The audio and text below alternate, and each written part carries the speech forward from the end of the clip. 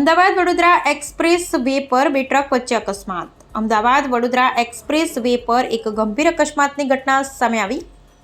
મકાઈ ભરેલી એક ટ્રક જઈ રહી હતી, જ્યારે બીજી ટ્રકે તેને પાછળથી મારી ટક્કર એટલી ભયંકર હતી કે મકાઈ ભરેલી ટ્રક બેકાબૂ થઈ પલટી.